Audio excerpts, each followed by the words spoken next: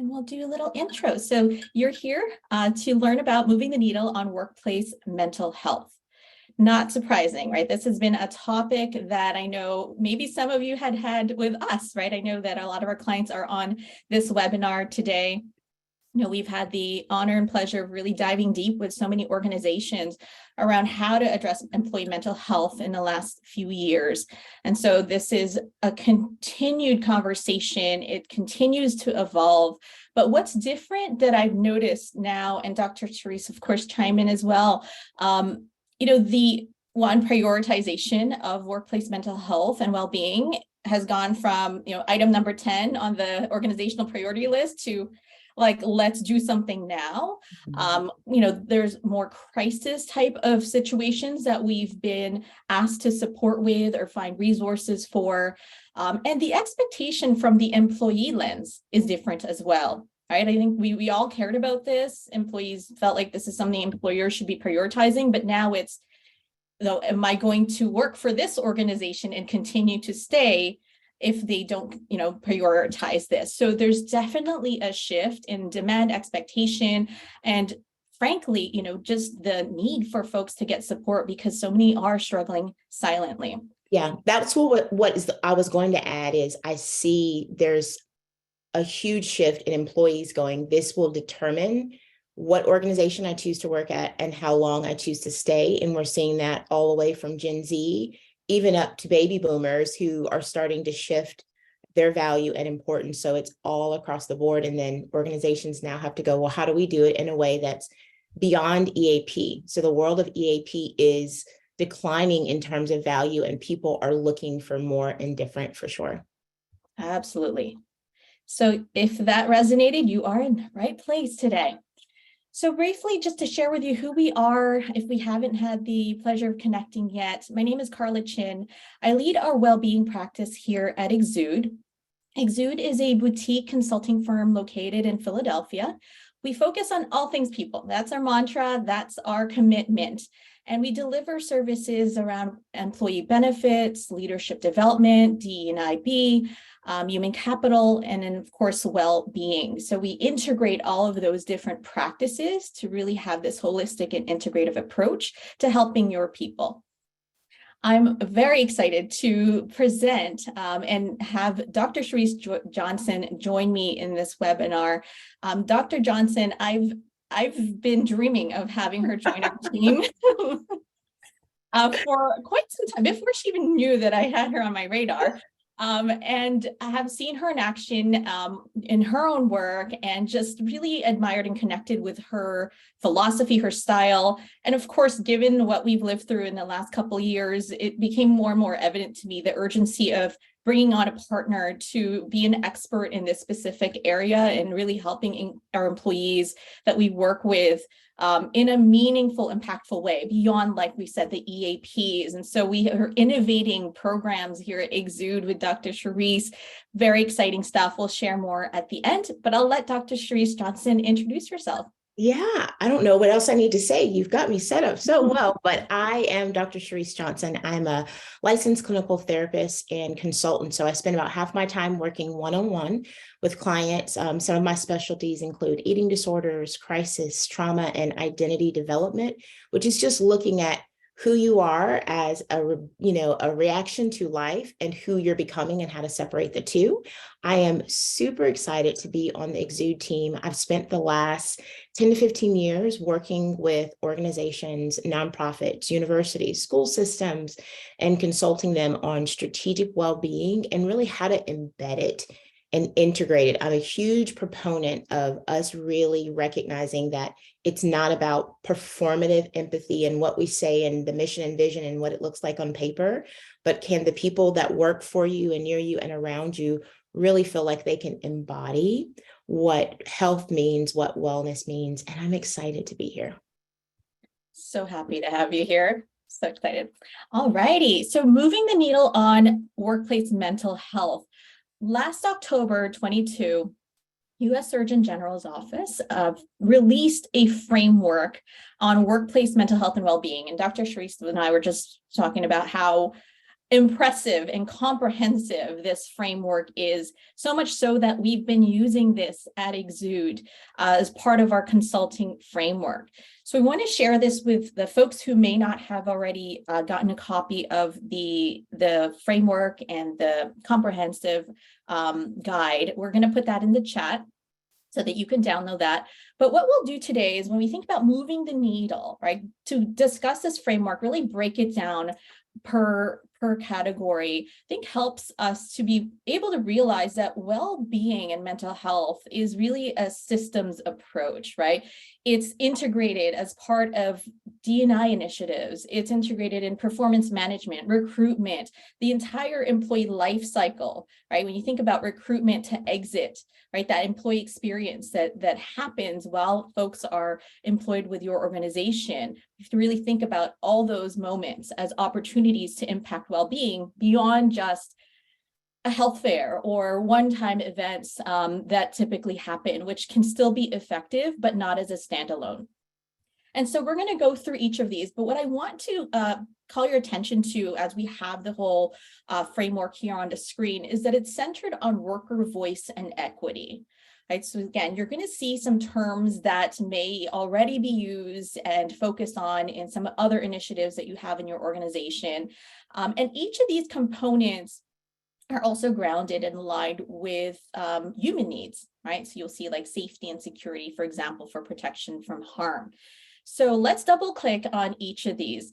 Let's start with protection from harm. And as I'm speaking and sharing this, I also want to invite you to think about your initiatives in your organization, right? What are some existing or on the roster, right? What are things that you may be working on already or that are opportunities to improve each of these components? So starting from protection from harm, this is really about safety. So when you think about violence, right? Is it safety in terms of location? Is there safety around, some of our organizations that we support have had to change some of their work hours because of safety in the environment or community during a specific period of time. So even being thoughtful about beyond the building or the place that folks work, the environment, or the way that folks are, the route to the office, for example. So, that's what we think about safety, but also psychological safety. So that can range from,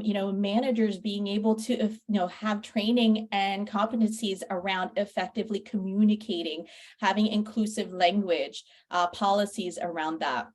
Rest is another one. So again, thinking about work culture, we were just talking about this, Dr. Charryse, as far as emails. And, if there's a culture around, I'm expected to send emails in the evening, then that eats up into my sleep time, or I'm just never really resting because I'm on guard, feeling anxious that my manager or our, top leader might be needing something from me.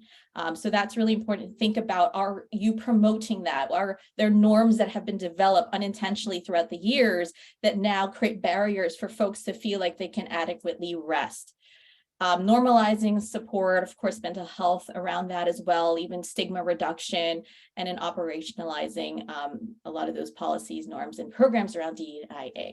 I want to jump in and say on enabling adequate rest, also consider the workload and how it's distributed. So even if emails aren't happening in the evening, but let's say you've had people who've recently left a team and that haven't been replaced, and that workload has been offset on a number of people, even just their ability to leave the workday and feel like they've accomplished enough is going to impact their rest, because their mind is constantly thinking and pushing, how do I find a way to now keep up to our prior level of productivity when we are now down a team member? And that can often go overlooked when it comes to shifts, layoffs, diminishing team size, but the workload hasn't changed.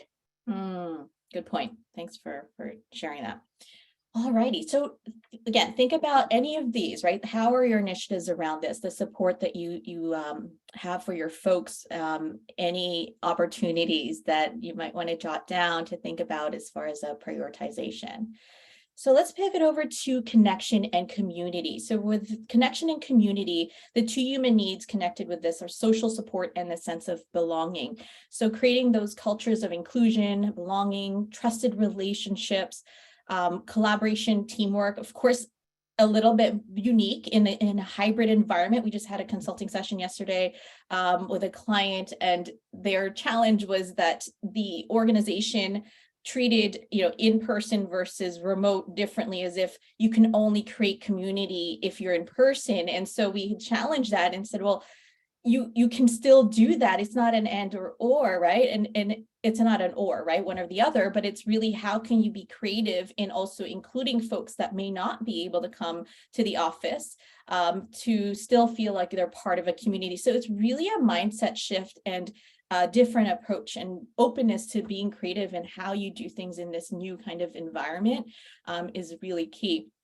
The trusted relationships, and I'm sure Dr. Charryse could speak on hours for this, as far as how that impacts mental health, and being able to feel safe that I can talk to my manager if something is going on with me, or if I'm struggling in my project, that I don't have job insecurity and think that if I look like I'm ineffective, I'm going to be put on the, on the list of potential chopping. I know.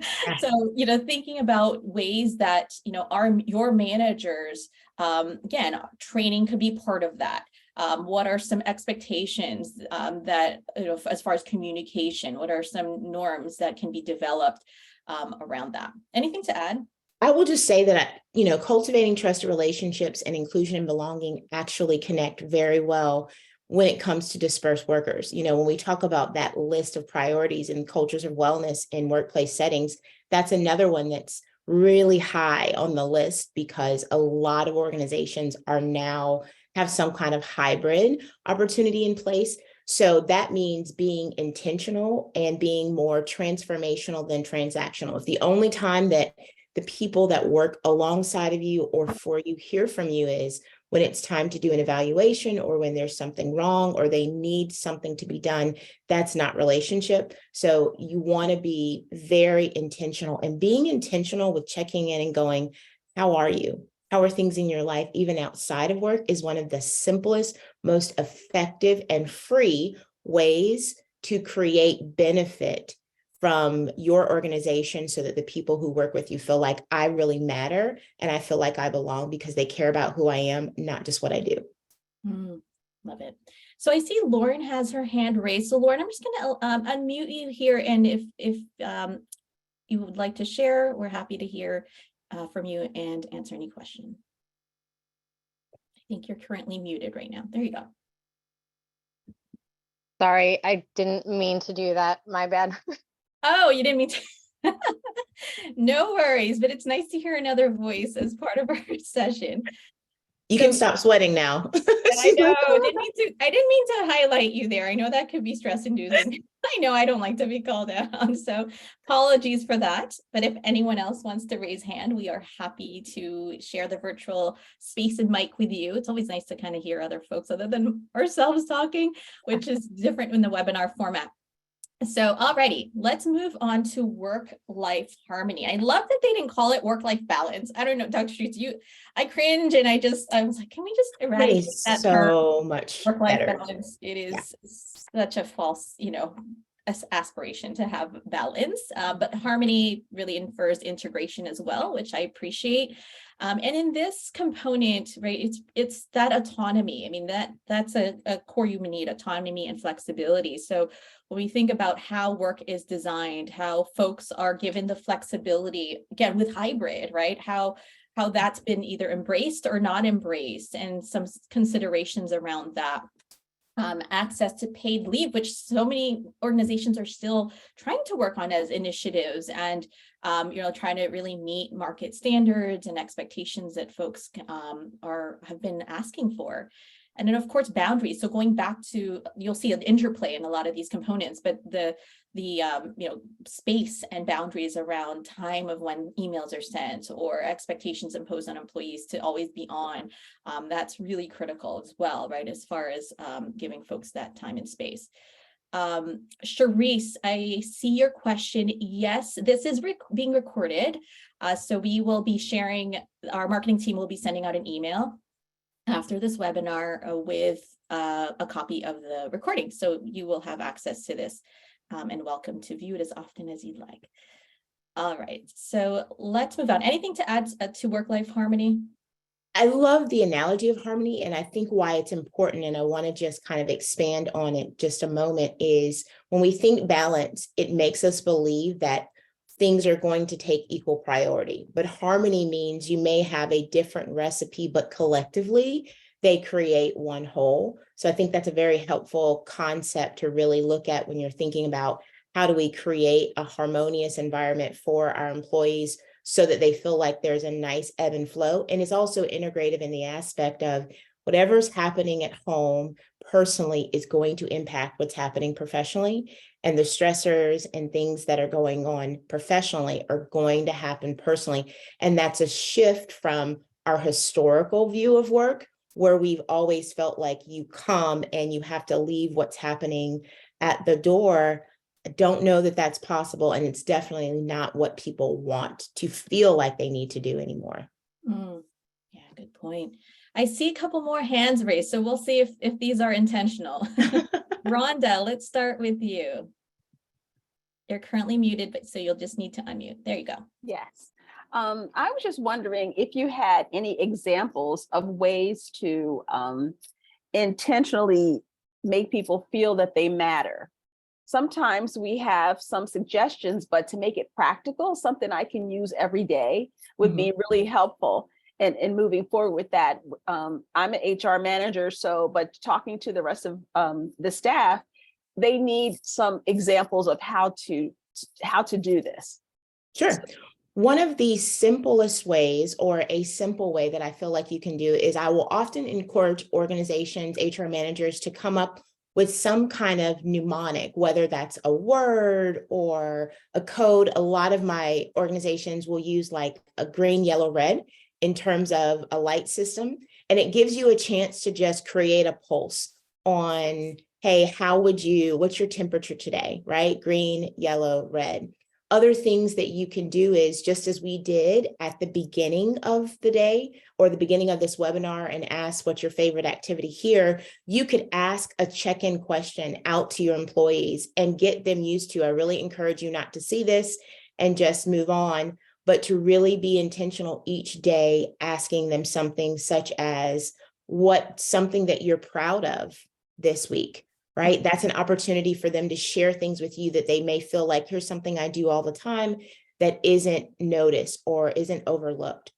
Where can we support you as you move ahead? So questions that you may think of asking later on, but you don't ask them on a regular basis, and let them help you create those questions, right? So a lot of employees have ideas about what they would like. I do think it is extremely helpful that at least once a month, you're doing some kind of small survey to your employees, asking them 3 or 4 questions, collecting information, and then making sure that you actually implement the things that they ask.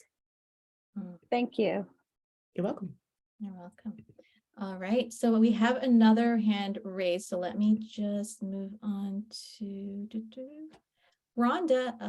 Rhonda was just that. Okay, we just finished up with Rhonda. Charryse, I see your hand is raised, so let me unmute you. Thank you. You're welcome. Yep. Have you seen any movement towards potential job redesign in work-life harmony? For example, there are more and more reports on like how some organizations are rethinking the workday, the work week, like maybe a 4-day on, 3-day off. Any input on that? Thank you. Yeah, organizations that are not kind of confined to certain time frames due to what they offer are starting to be more open to considering those options. Anytime you can provide people with an option, and you can even make it something where people can opt to or not, where they may be able to work 4 days on, 1 day off, opens up a world of dynamics for them. If you have people who are parents, it allows them to try as much as possible to then choose that to be the day that they schedule appointments for various individuals. It allows them to have a day that they kind of look forward to, that they know, here's a day of reprieve. We also know from research, and this can vary depending upon the age of the individuals that work from you, that individuals who are 40 and above do better mentally and they're more effective with a 4-day work week. And most people, maybe even ourselves included, if you look at our productivity over 5 days and actually would calculate the amount of time that we can physically and mentally be effective and productive, it's not equaling 40 hours. That's a lot of time and attention. I'll bring this up a little bit later as we move forward too. When we also think about individuals who have high stress jobs due to the stress of being on the computer, IPA, intense people activity, or work as first responders or in fields that are high tense or have a high amount of intensity, they need some reprieve. So that might also look like from 3 o'clock, closing the workday and going from 3 to 5, there won't be a meeting, or that's time for you to just work on emails and administrative things, and we'll back away from pulling on you during that time. But those things can be extremely helpful, and we are seeing them occur more and more, even along with hybrid.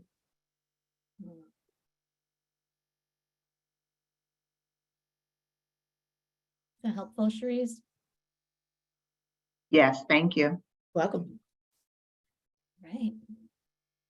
And then I think we have one question in the chat, so maybe we can look into that. Now, how do you Yeah, define? I'm answering it. Oh, you got it. Okay. Hang on.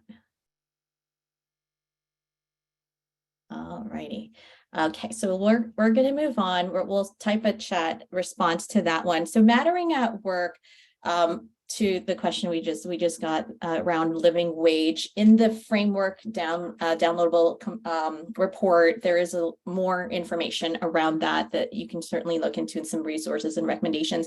But it speaks to just minimum wage, right? Like there's still a lot of workers earning less than $15 an hour, but we also want to look at cultural context, right? So a lot of this is not just a two-dimensional kind of decision. It's really looking at it holistically. So more in the report. Engaging workplace in workplace decisions. Of course, this is a balance, right? There are certain decisions that is better approached in a democratic fashion where folks have the voice. There are obviously organizational decisions that may not work as well to open up to folks. So it's really knowing when workers need to be heard, considerations that have there been input besides just leadership. Has there been a diverse group of folks thinking about all departments or representation from all across the organization, and especially those that are being impacted? Has there been a pulse on how this is going to affect them? Culture of gratitude and recognition. I mean, those are simple ways that, just whether it's a gratitude communication, taking the time to text, email, verbally communicate thank you, right? And being specific for not just like, you're so awesome, thank you, but the way that you were able to execute this and that, or really being specific in terms of the action speaks more volumes and impact than just saying thank you or great job. So I think that we can also help foster folks to also realize, wow, I did put an effort for that, right? And then it's reciprocates. And in connecting individual work with organizational mission, I mean, we have so many mission-based organizations that we work with. Our whole mission statement is that our mission is to support yours, because we know that the mission that organizations have that we work with, especially our nonprofits, are so important. And so the more that you can integrate ways or remind folks, like, why am I working so hard? Like, ultimately, what is the mission here? Who are the people we're impacting, right? Even if you're a tech company, you're impacting someone, right? In the work that you're doing. It doesn't have to just be necessarily human service types organizations.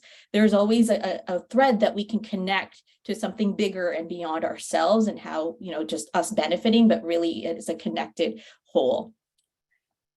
All right, I'm going to move on to one more, and this is the opportunity for growth. So this is the last part of the framework, and this is around the need for folks to grow and learn, right? Honoring the fact that that's something as humans, right? We're wired to constantly to learn, right? Whether it's professional development or even personal hobbies and interests, that we have time now, if we have a 4-day work week, just as an example, or maybe some time off that we're able to get, that we can actually engage in some of our passion projects or things that nurture us, that we're not so tired in the evening because we're on a computer and expected to work. I can shut off and actually do something like play my instruments or sing or dance or, call a best friend. So it's really being able to, what are growth opportunities, reading, could be training and development that you have, but I wouldn't limit it to just thinking of traditional TND offerings, right? Being creative in ways that you can also foster growth, even in your meetings, even in micro doses all throughout the employee experience. But the second one's really key, and again, has been coming up a lot in my consulting sessions and employees in any kind of role. Is there a path? Is there a growth path for them? Is there a clear way for advancement, a next step, right? A long-term kind of aspirational path versus I really don't know what's next for me in this role, right? And so that could be demotivating. That can also create more of that craving for growth. And then, of course, the feedback piece of relevant reciprocal feedback. Anything to add before Yeah, I will just add one little thing, and I would say one thing that we want to see more, and has been something as I'm working with different organizations that we're hearing from employees, is also making sure that the training, education, and mentoring is not only offered to higher level staff. One dynamic is feeling like, people feel like there are a lot of great things offered, but it's not equitable. You have to be on this track or you have to be here. So yes, there are going to be some specific things that are necessary as somebody works through to advance in a different role. But when we think about the concept of mental health and then being a mentally fit organization, it means that you have things that are available for every person at every level to feel like they are growing in their own capacity and resilience in whatever way they choose to use it, whether that's personal or professional, and making sure there's a balance of those offerings and it's not so segmented that it's not relevant to the people who are not a manager. Got it. Love it. All right. So we are going to segue into expanding your approach. Let Dr. Charryse lead this segment. Yeah. So you all, and you can go to the next slide, really have kind of taken us there very effectively. I want to move the needle and push your needle and encourage you as I'm talking, if you have questions, to raise your hand or put them in the chat. And I want to take some time to introduce some of you to a concept that you may not have heard about called allostatic load. So this is the cumulative effect of all of the subtle and chronic experiences and daily stressors that you have, your ability to feel safe, your ability to feel connected or disjointed. And this is what a lot of individuals are trying to find the language to express when they talk about, I don't feel like I belong, or if I am in a space and we are all back together, I don't feel trust and connection, because even though there's this person in front of me and they may be doing or attempting to do a really great job to go, oh, you're so wonderful, I'm not sure they even know who I am. And did they really remember my name without the name tag? And they don't know anything about me. And all of that creates a sense of safety and community.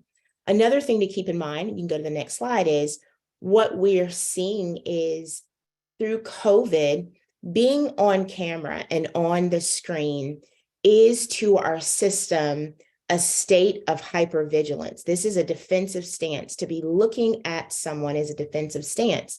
So you may have experienced this. If you have experienced this, pop in the chat and go, yes, I have. You were on the computer for hours and hours and hours a day during the pandemic, and maybe still, and then you got to the end of your day and you felt completely numb. You knew, I have things to do. I used to be able to be so effective after work. What is wrong with me? So you're literally like a zombie. One part of your mind is like, I need to do all these things for my family or for myself or for grad school or whatever, but you felt like you can't move. That's called your allostatic load. And what it essentially means is the capacity of your nervous system from the intensity of the screen is overwhelmed. So your body will shut you down and go, We are not pushing you. We're not pushing your neurotransmitters and your nervous system to move. If you haven't been able to tell yet, I love neuroscience, but this is so important, especially as we talk about harmony, work-life harmony, as we talk about really recognizing the effectiveness of how we design, as someone mentioned, the job description that somebody had and the time. So the benefit of going, we are shutting down our system and we're taking an across the board siesta in the middle of the day, and from 1 to 2:30, there will be no emails. We're going to encourage you to do the same, allows everyone to pull off of the screen and recharge. It's while we're suffering, because many of you, and I won't make you tell on yourself on this part, probably don't really take a lunch break. I won't ask you to, right? You likely sit at the computer while you eat, which keeps that allostatic load going. What we see is dispersed workers or even in-person workers that are constantly in this cycle. By Wednesday evening, you are spent. Anyone relate? So by the time Thursday morning comes, you're literally just kind of pulling yourself through. That's why it can be so impactful to have that day off. So how does allostatic load occur other than the concept of being on the screen constantly? When there's too much happening too soon. So if you're in an environment where there's constant change, right? Any singular change that occurs in your environment, someone's sick, someone's out, someone's leaving, that's the professional environment. You may also have a whole system of dynamics that are happening in your life outside of work, and all of those changes are impactful. Well, if there's too much for too long, just using that example again of a team member that leaves and it's taken an organization way too long to restore that person. The longer you wait to go, well, not having that person may save us some money, the more you're diminishing and overwhelming the load of the team. And that's where we see very competent, highly successful workers turn into those quiet quitters. They're not quietly quitting because they want to.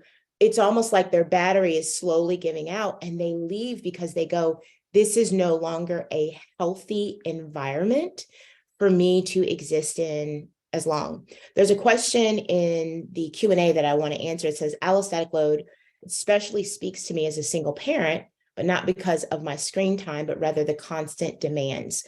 It is not just tied to screen time. It's possible for it to occur for millions of different reasons. So that's why I'm saying it's important for us to know what's happening in the lives of our employees outside of our time. Because if you have someone that has a greater level of demand on them outside of work, whether that's as a single parent, whether there's strain in a marriage, there could also be caretaking for a special needs child or an aging parent. All of those factors are going to play into how much fuel a person has in their tank, and then looking at, do those stressors outweigh the resources that are available to them? And then that's how you pull in what type of training and quality education and support might be insightful, right? Where you pull in and go, hey, we didn't realize that maybe 60% of the people that work for our organization are caring for young children or an aging parent at the same time. So one of the most helpful things that we can do to expand their capacity would be we introduce them to different specific ways to help manage and create harmony by bringing in someone to specifically address that. Then you as that person would go, oh my goodness, I work for an organization that cares enough about what's happening in my life that they're willing to bring in something that I can use. And then when I come to this workplace, I don't feel like I have to hide those factors, but I feel like I am being supported in those factors. And when you have that kind of buy-in, who's going to leave an organization that you feel like this is a place that really cares about who I am as a person? Go to the next slide. So yes, it can happen all over the place. And here's the thing to keep, in mind as well, for those of you that have various benefit packages and looking at where we're headed when it comes to the cost of all of this. We know from research that individuals that have a higher allostatic load are going to have poor health outcomes, which are going to then be the people who have or need more days off, that have more chronic illness, which is going to impact the level of benefits that they need and just the overall physical and emotional health of your team. So, quick question I want you to answer, and then while you guys do that, I'll answer a question in the chat. I want you to pop in the chat and consider, whether it's personally or for your organization, what kinds of checks and balances does your organization have in place to help employees monitor and address their well-being? And so really think about, do we have anything? No, we don't. That's why we're here and connected to Exude. But what do you have? So it's not just about monitoring, but how to monitor and address. And what we often see is organizations will have things that people can use to address their well-being, but don't have anything in place to help them monitor it. A lot of people don't even recognize that they're not doing well. They're overcompensating, they're in denial, they don't have this language, they don't have this education. That's why it's important for you to bring things in. A couple of questions in the Q&A that I want to respond to. One of them is, what if you're going through something personal, right? How do you ask for help? One of the first things that you may want to consider is, if you are aware, look at the different avenues that your organization has in place for how to ask for help. Would that be a manager? Do you feel safe and comfortable with a manager? Would it be an HR director that you prefer? I'm not comfortable with my manager, but I'd like to go to HR.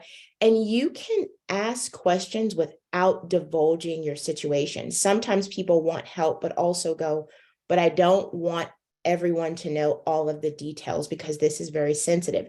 That means you can simply go to your HR director or look in your handbook, what's provided for you, and go, can you refresh my memory on any benefits that we have in place that can help me work through some personal dynamics that I'm experiencing? I think something one-on-one would be helpful, or I'm looking for links and resources so they have a little bit of guidance.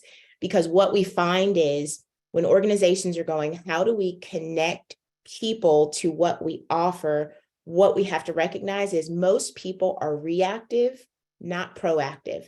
So on day one, when you introduce them to your long line of wellness benefits, they thought, oh, that's great. And they don't think anything about them until they're in a point of crisis. So you almost need to over communicate what you offer and swing it back around on a constant basis and help people understand how it can support them so that they can go, oh, I didn't realize we had that. And I did not realize that this was available for us in order for us to use, because some people need help recognizing, how does this fit my dynamic?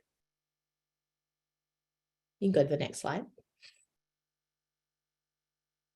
Individuals who face environmental stress have to turn to a state of sustained homeostasis.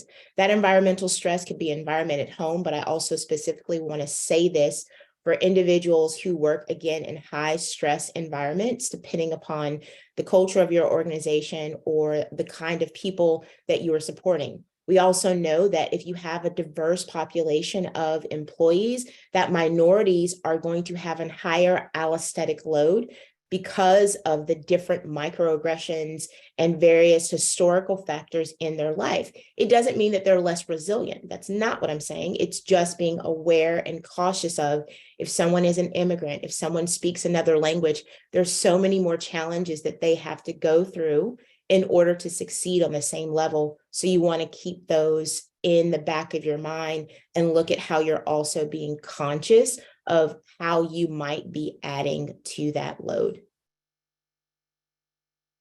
And I'm pausing for a minute to look at a question. Yeah, so this is a great question. You can go to the next slide and then I also will answer them. The question here is talking about, how can an organization that wants to participate and have a healthy workplace culture have a respectful way to communicate the responsibility of the worker to be able to say what's their part in being supportive and respectful and letting someone else know that they're not okay. And that's where becoming an ACE can be helpful. We want to look at how to support each organization on a micro, macro, and meso level. So when we think about the concept of becoming an ACE, which I'll often teach to employees, it's them recognizing it is your responsibility to acknowledge your patterns and determine if you're avoiding or overcompensating in some way that could be hurting you personally and professionally. They have to be able to consider how their patterns of action or inaction are impacting their daily life. Are these individuals who are coming into work procrastinating on things because they don't feel confident in being able to execute those things, but then at the same time, they're not reaching out and asking for help? Some of that can be culturally, but some of that can be that they don't feel safe to ask for help. And that's where part of building that bridge, back to the question of what can we do every day, is really giving specific ways to go, how can we continue to support you? A question you might go, is there any way that you need another source to get the answers that you need? All that being said, the supportive and respectful way to do it is also going to be direct. It's going to be letting your employees know, we are not able to support you if you are not willing to share with us what your needs are, and if you're not willing to utilize the resources that we have. So that could also look like, let's say I'm a manager, somebody comes to me, they're having a difficult time, and I go, I'm so glad you came. Thank you for letting me know. Here are 2 resources that I want to give you that I feel like are going to be extremely helpful for you. I want you to take both of these. And then over the next week, let me know which one you're going to use, and then we'll follow up after you use it. So what I just did in a very welcoming and respectful way is I said, I'm glad that you reached out to let me know. I've given you resources. So now we have this reciprocal responsibility happening, but I'm not going to stop there and go, well, I gave them resources and they didn't do it. In a very cheerful and respectful way, I'm going to go, choose which one that you are going to participate in and let me know, and let's follow up afterwards. So I'm letting them know I'm holding you responsible for the fact that you've made it aware that you have a personal situation going on. I've given you resources, and now I'm going to follow up to see how that resource worked for you. One, that's going to help us know, is this an effective resource, or is it something that we have on paper that isn't very effective? But 2, I'm also going to use that information not against them, but to help them see, if you have a personal situation, we've given you resources that you haven't used, and yet you're being aggressive and causing conflict within the team, that's an issue. Because even though we all have different struggles, that does not create an excuse for not doing our part and not participating. Let me know if that, okay, yeah, he said very helpful, if that didn't fully answer your question. So becoming an ACE, acknowledge, consider, explore. You want your individuals to keep track of their capacity to engage in daily habits that help build their resilience. And one of the most helpful, cost-effective things that you can do is to create and teach your employees small ways to be engaged in their daily habits. That could look like having them each day ask themselves, how was my from 0 to 10 level of engagement today?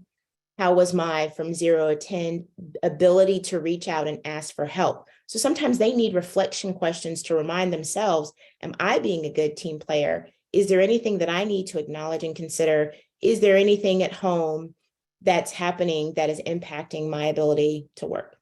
And you go to the next one. So there are various psychometric assessments that are very simple. That's a big word, but it is highly impactful every quarter at minimum. Some people do it every month, that you can use, that are free, and you can give to individuals to collect data on compassion, satisfaction, support, and burnout. You can go to the next slide. I'm going to pop something in the chat. So that you're looking at, if you don't have benefits in place, what are we doing to help people on an individual micro level, meaning helping their awareness, giving them daily assessments, talking to them? What are we doing on a meso level, relational and team-wise? And what are we doing on a macro level, organizational in terms of those more periodic engagement pieces. And that's a very simple framework. If you don't have a full-scale benefits package, you could still be doing things. I could probably do a whole session on its own about these 3 levels of intervention in workplace culture, but that's not today, right? What I do want to put in the chat for the sake of time is I'm putting a link to an assessment called the ProQual. You can go to the next slide. It is an assessment that talks about quality of health, and it fits into the dynamic of these 5 components that are pillars to building resilience, specifically in workplace culture, which is going to be workforce enablement, employee engagement, process and systems, making sure that they're modernized, effective, they still make sense. That goes back to that job design, data-informed decisions, whether that means benefits or whether that means, when we spoke earlier with letting people know your mission and vision, use data. Go, here's what we were able to do over the last month. You were a part of that. People love numbers. People love knowing statistically, here's how the work that I do on a regular basis comes up. So that's very effective. And then looking at, is there operational continuity throughout our organization? And you can also look at the difference between in-person and dispersed. Go to the next slide. Okay. So as I mentioned in the beginning, we've been thinking about ways to truly move the needle around workplace well-being and mental health. And one of the struggles, major struggles that I came across, especially as the demand for support around employees has exponentially increased throughout the last few years, is finding a meaningful and impactful approach. Right? There are a lot of apps, there's a lot of organizations that are doing work around being able to, create more of that mental health and well-being EAP programs. But what I found is that a lot of them lack that human connection part, right? You can't outsource mental health to a program or a tech platform. And so when I invited Dr. Charryse Johnson to join our team, our whole goal is let's change more lives. I mean, that like literally that was our goal. Let's change more lives. We'll figure it out. And we knew that there are opportunities that don't currently exist, or at least could be done even more effectively. And so one of the sessions that Dr. Charryse Johnson is facilitating for us, for our clients, and that we've recently launched are these psychologically safe listening circles. So I'm going to let Dr. Charryse share more about this as far as the impact. I've sat in on a lot of these sessions already. It's just amazing. I mean, I can't even explain the emotions that come up for me when I am just a wallflower in these sessions and just witnessing the magic that happens. But if you could share some of the benefits, or maybe what you think could be beneficial for folks to hear as far as why this could be helpful for employees, that'd be awesome. Yeah, listening circles are a powerful, psychologically safe place for individuals to come together around a shared topic or focus and have an opportunity to move things from being internalized and held and stuffed and avoided, and to give voice to them. This allows other people to recognize, I do belong, I'm not alone in terms of what I'm feeling or what I'm experiencing. Sometimes it's a topic where people will naturally end up sharing how they're working to manage through a specific dynamic. For example, recently one was held around burnout, which was just a powerful opportunity for individuals to talk about what that's like for them, how that's landing on their body physically and emotionally, and to share ways that they are managing through it. It's not group therapy, right? It's not this really uncomfortable, tense dynamic of someone bringing up something that's really hard. It's this open opportunity to participate. And the added benefit is when it's facilitated by someone who is not a part of the organization, it adds another level of safety around knowing I'm holding space and I'm creating this container for you to share and to speak, but you don't have to save anyone, right? A lot of managers and leaders and HR managers and CEOs themselves don't have a space to just acknowledge even their place and position. So doing these collectively, after a very charging event that occurs, and allowing people to go, we care about you and you don't have to show up and act like business as usual, because that's that element of too much, too fast, too soon. We all know this just happened and everyone is here and acting like it's not there. So it's a great way to consistently put something in place that adds a lot of value and benefit that employees can look forward to and feel lighter. Often that's usually one of the most common dynamics when we kind of poll individuals and go, what was this experience like for you? And they'll start, I wasn't sure what to expect, but afterwards I felt so much lighter. I felt like I was cared for. And what is so helpful is that care didn't have to come from a manager or an employee or a leader who goes, I want to care, but I actually don't know what to say. I don't know what to do. So this put something in place that shows that your organization cares, but takes the pressure, because you guys were not trained, right? In crisis and trauma, but that's a big aspect, or grief and these aspects. And there's also an element, I will say, that they're very helpful because you want to show that you care, but you also have to keep a boundary as a leader, because we may also have to have conversations that are around your productivity, and that can be really challenging if we're too close. So this is a way to create a level of care and belonging and support, but also maintain a good balance for employees and employer. I see a question around the listening circles in the chat. If you could address that. Yeah, it says what is the structure for the listening circle? So essentially there is kind of an opening time where we kind of check in, and I'll usually do like a check-in question that allows each person to basically share something about themselves, an internal weather report, and then we'll have another reflection question. They do get very deep, very fast, and no one minds, right? Everyone is given the opportunity to know you have chosen to come and to participate in this. I will often tell them this is about you taking care of yourself. So if that means you need to go on mute for a moment, go on mute. If you need to pull in a resource, which means like your animal is with you on the side, pull in what you need. But I've actually not had, in all my years of doing this, anyone say, this was too much for me. And the beauty is when and if that situation arises, I'm trained to manage it, right? So if I see someone that does become too activated because of the content, I have the ability to go, to type to them, hey, will you stay on for me for a moment afterwards?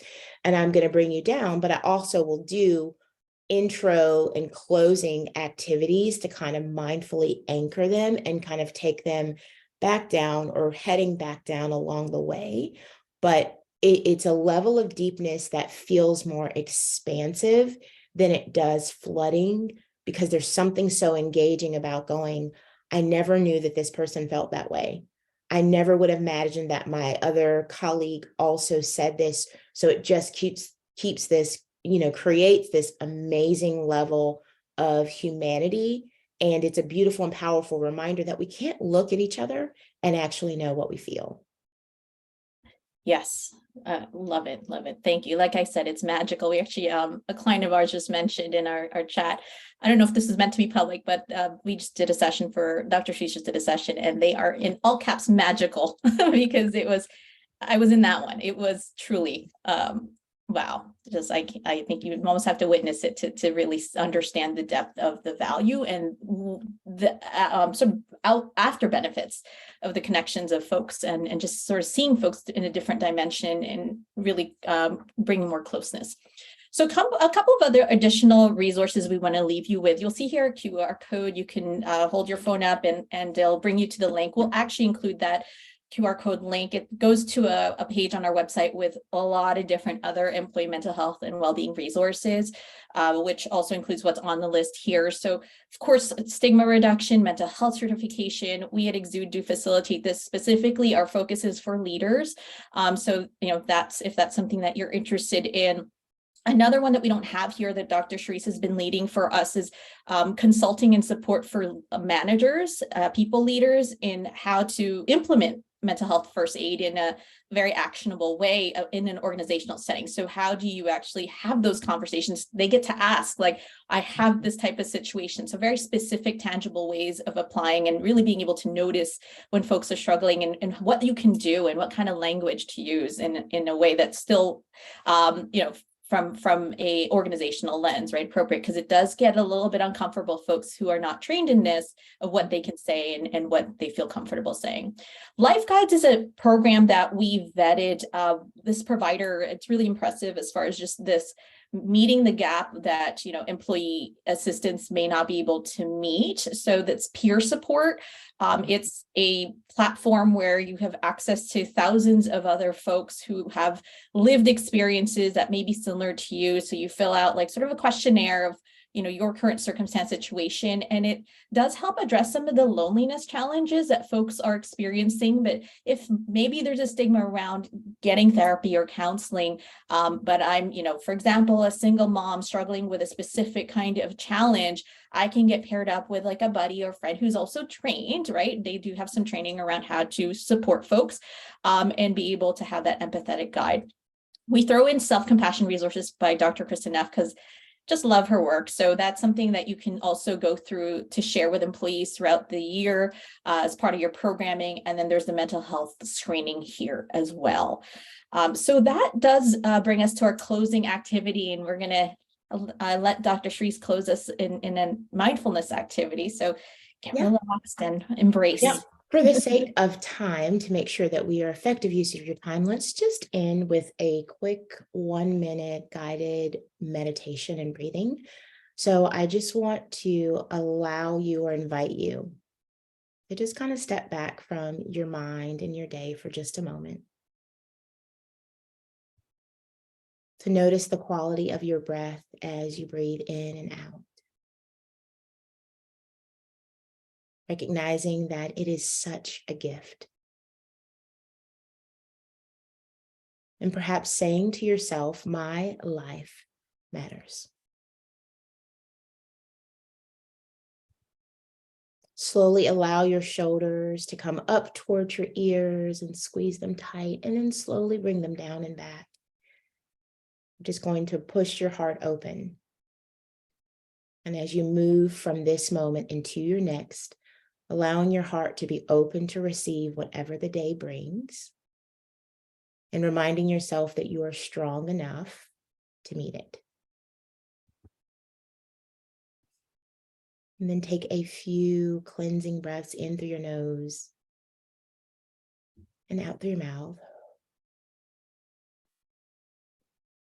And then as you're ready, eyes are opened or closed, come back to this space.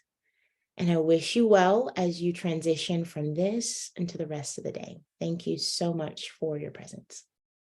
Thank you, everybody. We'll be sending a follow-up with the recording resources, and feel free to reach out with any additional questions.